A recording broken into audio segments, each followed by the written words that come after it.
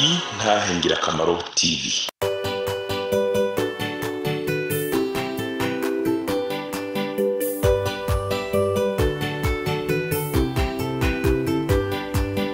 Umwami Yesu arindeze niwatanga amajambo unyabyaha ngo renguka wumva iby'ubugingo atugirira ubuntu akatwiyegereza amajambo meza cyane yo kunera umunezero niyo meza ndayakunda ntahatanezera. Yesu arakiza.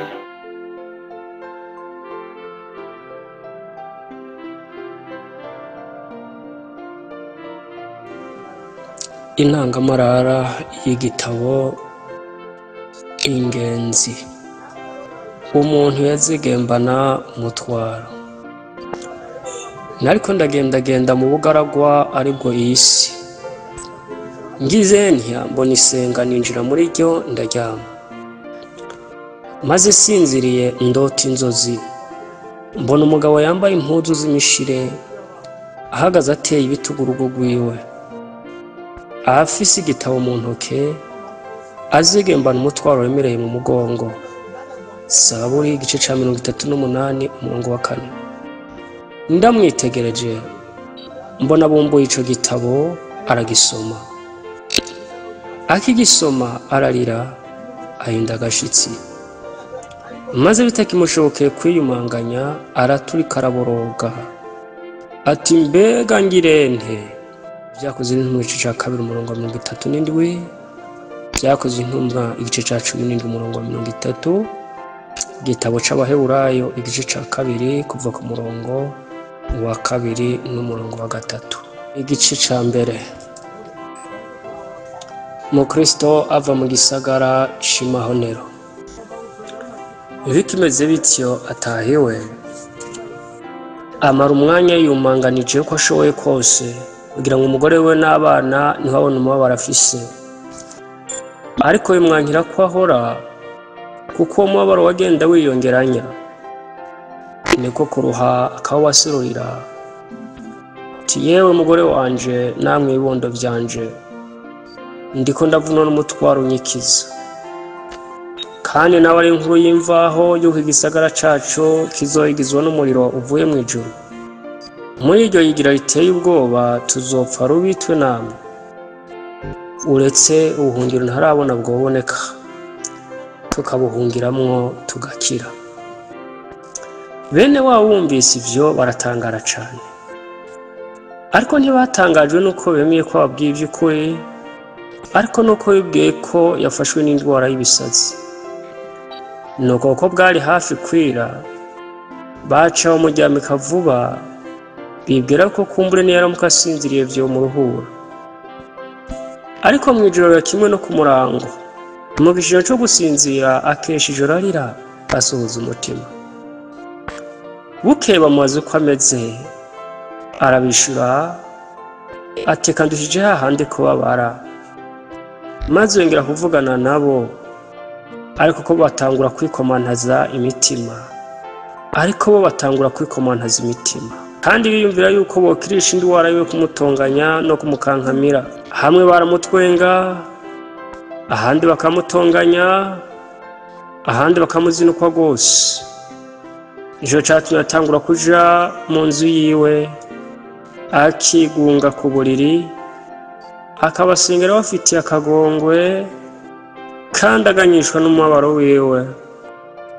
Ahandi yagendagenda ku musozi ari wenyene, hamwe asoma, ahandi asenga, amara iminsi agira ati ko nkiriko ndarota mbona ikindi gihe agendagenda ku musozi asoma ca gitabo ciwe nk'uko yamenyereye. Afise umubabaro mwinshi mu mutima. Akigisoma araturika araboroga ati mbega nkwiye gukora iki ngo nkire? Byakoze intumwa igice ca 16 umurongo wa 30 n'umurongo wa 31. Nyuma mbona kebaguza nk'ugomba kuvuduka ngo yiruke, maze arazazanirwa apfa kuguma ngaho kuko atazi iyo yoja. Ngize ntya mbona umuntu yitwa musigurabutumwa aza kuri we, aramubaza ati mbega uborogeshwa n'iki?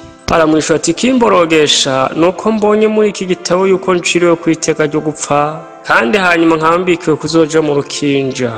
Abaheburayo 9:27. Kandi ivyo mbona yuko ari binaniye, niyo noja mu rukinja sinotsinda. Musigurabutumwa aramubaza ati niki gituma udakunda gupfa? Ko muri ubu bugingo umuntu ahagirira ibyago byinshi. Amwishyura ati kintinyisha gupfa nuko uyu mutwaro nzegembana mu mugongo wahavuka zonzika ukanshitsa hasi kuzimu nkagwa muri Gehinomu. Yesaya 30:33. Kandi ga mugenzi, ko ntiteguriye kuja mu ibohero ariko rupfu mu rukinja mwirushijeho kunanira, ko nojayo hanyuma yaho nkazojanwa kwica rubi, hanyuma yaho nkazojanwa kwica rubi, hanyuma yaho nkazojanwa kwicwa rubi. Kwiyumvira ivyo niko kumborogesha. Maze musigurabutumwa aramubaza ati kuzi ko bimeze bityo niki guhagaritsaho? Aramwishyura ati nuko ntazi aho noje hariho. Maze musigurabutumwa amuha umuzingo w'igitabo wanditswe ko imbere ngo ni muhunge urake buzoza. Matayo 3:7. Aragisoma ahanga amaso musigurabutumwa, aramubaza ati mpungire hehe? Musigurabutumwa atunga urutoke, amwereka nk'ikirere kitari kigufi, aturabona ari yarembo rifunganye. Matayo 13:13-14. Ubundi atoya yongera kumubaza ati ririya tarajyaka cane ryo urayibona? Zawe 19:105. Cete ca kabiri ca Petero igice ca mbere n'umurongo 19. Atumenga ndaribonye. Maze musigurabutumwa aramubwira aturamirize utumbere ririya tara ntukikame urinde ushikayo, niho uri bubone iryo rembo. Niwashikayo ukaramutsa urabwiga ibyo ukwiye gukora. Maze ndota atanguye kwiruka, ariko atarashika kure y'ubwo gwiwe, umugore we n'abana babonye agiye baramuhamagara ngo agaruke. Yiziba amatwi akomeza kwiruka asemera ati bugingo bugingo bugingo budashira. Luka 14:46. Itanguriro 19:17. Nuko ntiyakebuka ariko akomeza guhunga yerekeye hagati mu kiyaya. Abanyu biwe nabo barashobaduka ngo barabe ingene yiruka, kandi ariko ariruka bamwe baramutwenga, abandi baramuhigira, abandi baramuhamagara ngo agaruke. Yeremiya 20:10.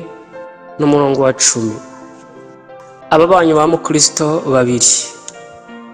babiri muri abo bagabira kuje kumugarura ku kagobero. Umwe yitwa Mudakugwa kw'ijambo, undi yitwa Nyamujya Nino.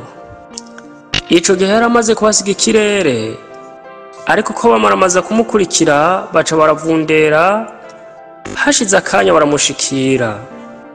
Nuko uwo mugabo arababaza ati mbega muzanywe n'iki? Bati tuzwe no kugira inama ngo ugarukane natwe. Arabisha ati namba ntibishoboka. Ati erega raba muba mu gisagara c'Imahonero aho nanje navukiye, kandi nabonye ko ariko bimeze, ko ariko kimeze. Bitebuke muzokigwamo murokere bwini kuzimu, ahantu hakumuriro n'amazuku. Nuko bagenzi nimwemere muze tujane. Nodahugwa kw'ijambo aramubaza ahatugize tiki dutandukana n'abakunzi bacu, bihewe n'ibitugirira ikimaze. Mukristo niko umugabo yitwa aramwishyura ati egome cane, kuko ivyo bwamuhevye byose ntaho vyogiranywa n'agace ko mu byo niteze guhabwa. Cete ca kabiri Paulo andika Abikorinto 4:18. Kandi mwokwemera kujana nanje ntimusubira inyuma, mwohava mukazomera nkanje, kuko yonja no gukikinyura. Luka 15:17. Nimuze namwe mu mpinyuzi.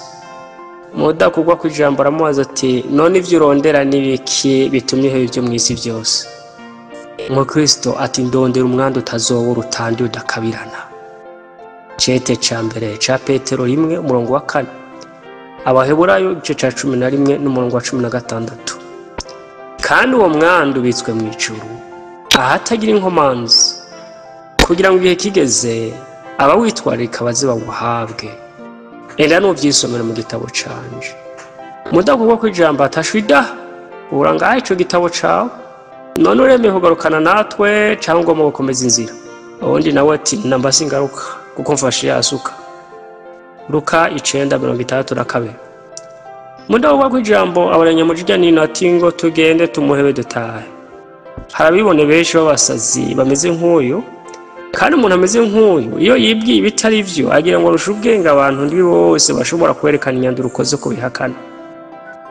Nyamujya nino atireka gufutukana, asanga ibyo umukristo avuga ari by'ukuri, ati sumbije ubwenge kubwanje numva ngomba kujana nawe. Mudakugwa kw'ijambo atugize utiki awaye kizeze eka ngo dusubira ni wacu.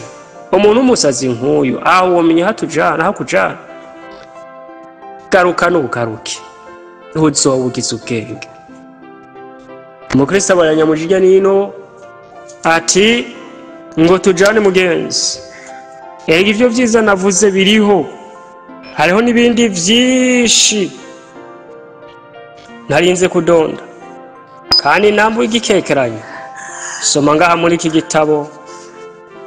Erega ibirimo n'ivy'ukuri kuko byose bishingiwe ntahe n'amaraso wacandikishije. Abaheburayo 9 kuva ku murongo wa 17 gushika kwa 22. Nyamujya nino abarira mudakugwa kw'ijambo ati je nta gukekeranya maramaje kujana n'uyu mushinga ntahe no gufatanya nawe. Maze aza mu Kristo ati mbega urazi inzira ijaho muhana? Mukristo aramwishura ati nawe ariwe n'umuntu yitwa musigura butumwa ngo nkwiye kwihuta ngo jike kw'irembo rifunganye riri imbere yacu. Dushitseyo baraturangira inzira. Nyamujya nino ati nuko gitugende. Nuko bombe barajana. Maze mudakugwa kw'ijambo aravuga ati jeho ndisubiriye wanje, gasi nofatanya n'abantu b'izimuzimu nkawe w'imburabwenge.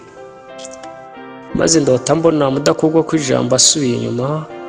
Mukristo na Mujya nino na Nyamujya nino baca mu kiyaya bagenda barayaga. Ko mu kuyaga kwabo amajambo batanguriye ko naya. Kristo abaza Nyamujya nino ati mbega nawe kumereye bite? Ndanezerewe ko wemeye ko tujana. Erega mudakugwa kw'ijambo nawe iyo aba yumvise nkanje akari inyuma ingene gahinda ntaba bigize ibiregarego ngo yisubirire inyuma adute. Nyamujya nino aramwishura ati none rero ko dusigaye twiherereye, enda subira umbarire ivyo tuja uko bimeze n'ingene twobironka. Mukristo ati kuvyumva ndavyumva mu mutima kuruta uko nobisobanurisha akanwa, mugabo ko ugomba kubimenya kandi abigusomera mu gitabo canje. Nyamujya nino ati mbega uriyumvira yuko amajambo mu gitabo cawe ari ay'ukuri rwose? Mukristo ati egome cane ni ay'ukuri kuko candikishijwe n'itazi kubesha. Tito igice ca 1 umurongo wa 2. Nyamujya nino ati ni vyiza, none ivyo bintu ni biki? Mukristo ati hariho ubwami bw'amaho tuzobamwo n'ubugingo budashira tuzohabwa kugira ngo tuze twameho muri ubwo bwami bihe bidashira. Zaburi 145 umurongo wa 13, Luka igice ca 12 umurongo wa 32, Yohana igice ca 10 umurongo wa 27 gushika ku murongo wa 29. Nyamujya nino ati ni vyiza, none hari ibindi? Mukristo ati hari ibitsibo by'ubwiza tuzohabwa n'impuzu zizotuma dukangana nk'izuba ryo kw'ijuru. Cete ca 2 Paulo yandikiye Timoteyo igice ca 4 umurongo wa 8. Ivyashuro Yohana igice ca 22 umurongo wa 5. Matayo igice ca 13 umurongo wa 43. Nyamujya nino ati ni vyiza, none hari ibindi? Mujya nino ati biri hano ni vyiza, none hari ibindi? Mukristo ati ntihazoba hakiriho kurira canke kuboroga, kandi nyina aho hantu hazohanagura amosozi yose ku maso yacu.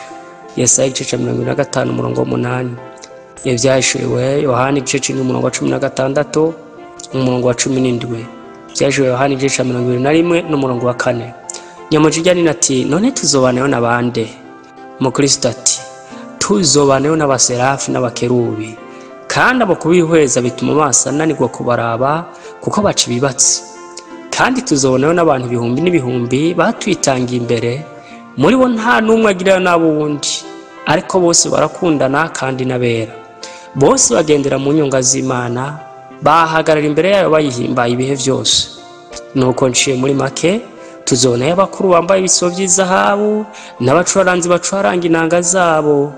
Tuzobonayo n'abantu batemaguwe n'ab'isi, n'abatawe mu muriro, n'abagawe ibikoko, n'abatawe mu biyaga, bahowe urukundo bakundanye n'aho hantu.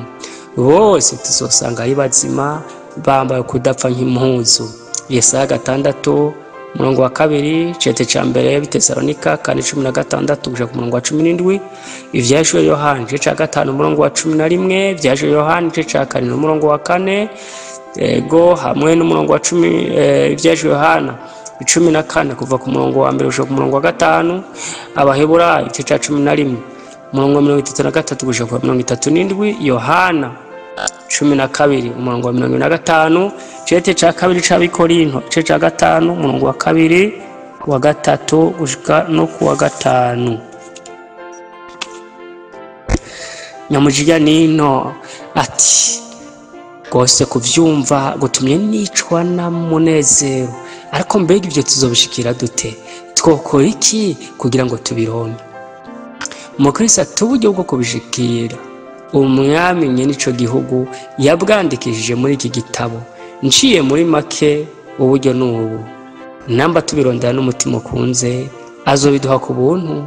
Yesaya 55 umurongo wa 2, Yohana 6:6 umurongo wa 37, Yohana 7 umurongo wa 37, ivyashuwe Yohana 21 umurongo wa 6, ivyashuwe Yohana 22 umurongo wa 17. Nyamujiya nini ati ivyo mbariye biranejereje, hogi dukwakwanye. Umukristo aramwishura ati yega sishobora kwihuta nkuko ngomba kubw'uyu mutwaro mpetse. Igice ca kabiri, ishayo maganya. Maze ndota mbona bamaze kuvugana batyo, bashika kwishayo imira yari muri ico kiyaya hagati. Nabo kuko bagenda batitonze, bagize batya barokera muri iyo shayo, kandi iyo shayo yitwa maganya. Bamarayo umwanya bagerageza kwishayura, bavundagurika mu rushanga. Umukristo atangura kumigwa kubwa wa mutwara ahetse.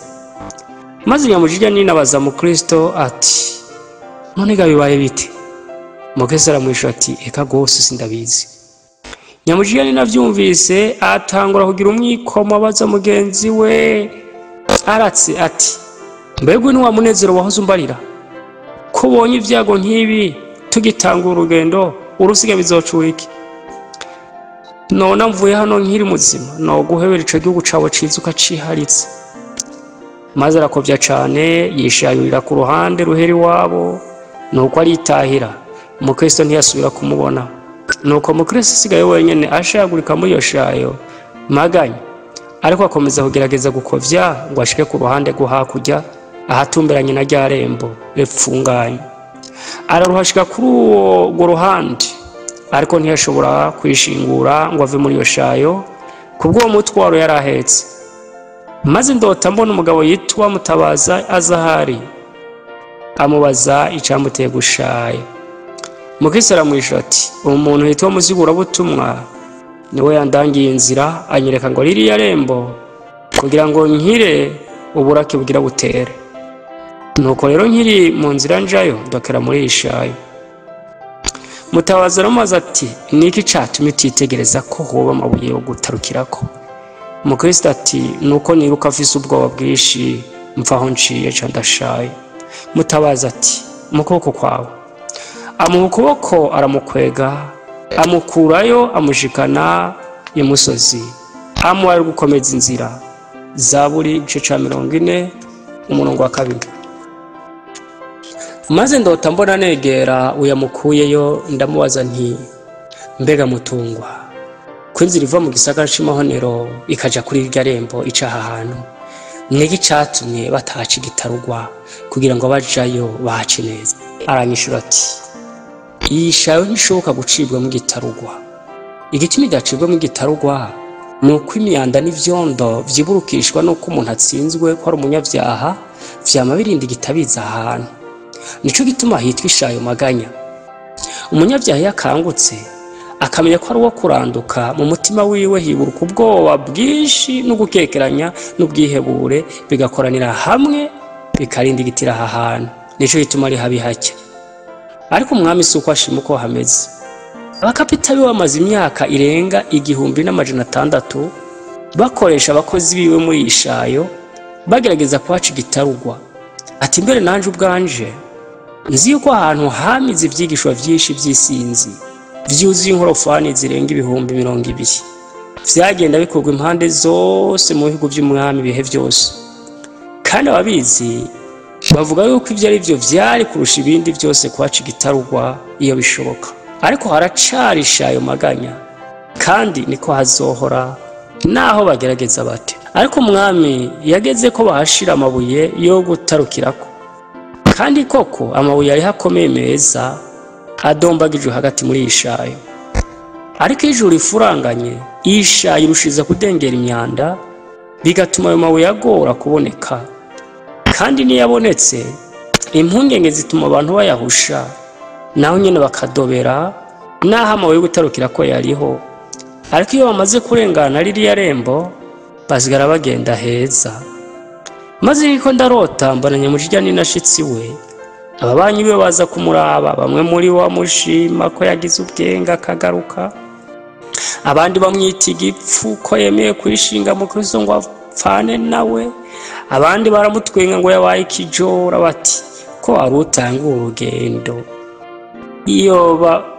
Iyo mba wewe sinari kugarukanwa n'ubusa nk'ubwo. Nuko Nyamujija nino yicana nabo ateterewe, maze hashize umwanya atangura kuremerana. Nabo barahindukira bafatanya kunegura mu Kristo. Nuko ivya Nyamujija nino bihereraho.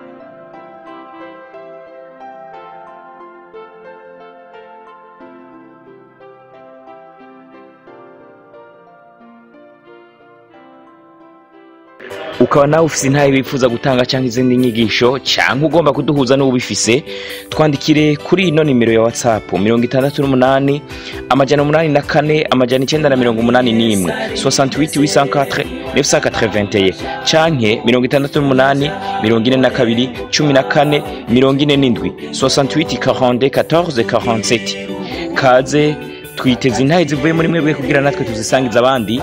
Izina rya Yesu rirusheho guhabwa icubahiro. Kaze, Imana ibahezagire. Niyo meza ndayakunda.